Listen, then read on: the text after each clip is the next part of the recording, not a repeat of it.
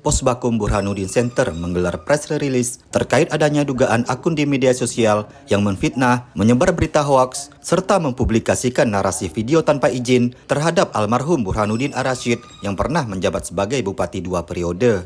Terkait masalah ini, Ketua Posbakum Burhanuddin Center, Azman, yang dikuasakan keluarga almarhum, meminta akun tersebut meminta maaf dalam waktu 1 kali 24 jam dan siap melaporkannya ke aparat penegak hukum disertai dengan alat bukti. Pihaknya juga menemukan bukti dugaan kecurangan, baik pelanggaran administratif maupun pidana, pada tahapan maupun masa kampanye yang dilakukan oleh salah satu paslon. Azman juga meminta kepada media massa untuk tetap netral, yang berpedoman pada Undang-Undang Pers dan Etika Jurnalistik, tidak menjadi corong dan tim kampanye salah satu paslon, serta mendesak Bawaslu Kabupaten Sambas untuk menyampaikan progres setiap aduan yang sudah ditangani kepada publik. Berikut pernyataan lengkap dari tim Posbakum Burhanuddin Center yang digelar pada Sabtu malam. Terkait dugaan pelanggaran baik administratif maupun dan lainnya. Yang pertama, dalam rangka menegakkan marwah dan melindungi kehormatan keluarga, kami dari Burhanuddin Center meminta kepada akun-akun yang telah memfitnah, menyebarkan berita hoax, serta publikasi narasi video tanpa izin terhadap almarhum atau keluarga Burhanuddin Ar-Rasyid untuk meminta maaf dalam waktu 1 kali 24 jam. Jika peringatan ini tidak diindahkan, maka kami selaku yang dikuasakan keluarga almarhum Insinyur Burhanuddin Ar-Rasyid akan melaporkan akun-akun fitnah ini kepada lembaga yang berwenang. Kedua, kami telah menemukan bukti-bukti dugaan kecurangan atau pelanggaran administratif dan pidana, baik pada tahapan maupun pada masa kampanye yang dilakukan oleh calon Bupati Satono.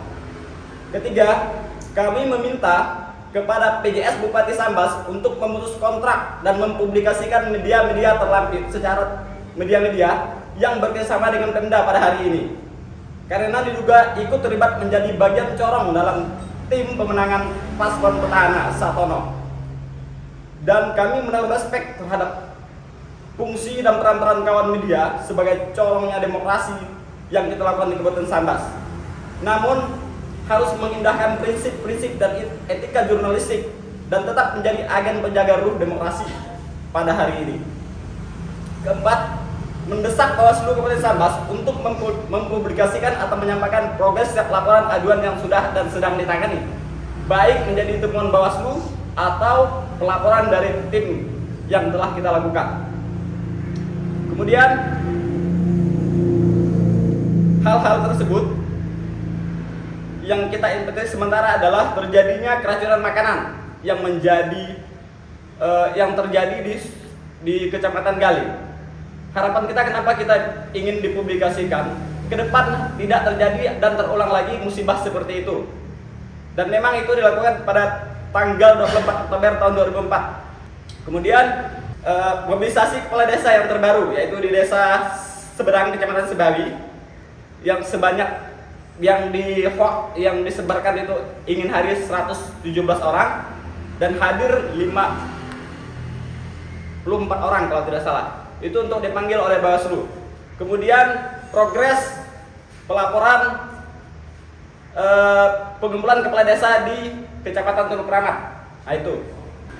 Kemudian yang kelima, kami meminta Bawaslu dan KPAID atau KPPAD Kalimantan Barat dan Dinas Pemberdayaan Perempuan dan Perlindungan Anak Provinsi Kalbar, Dinas DP3AP 2KB Kabupaten Sambas untuk melakukan monitoring pencegahan terkait pelibatan anak di bawah umur dalam masa kampanye yang sudah tersebar di media sosial.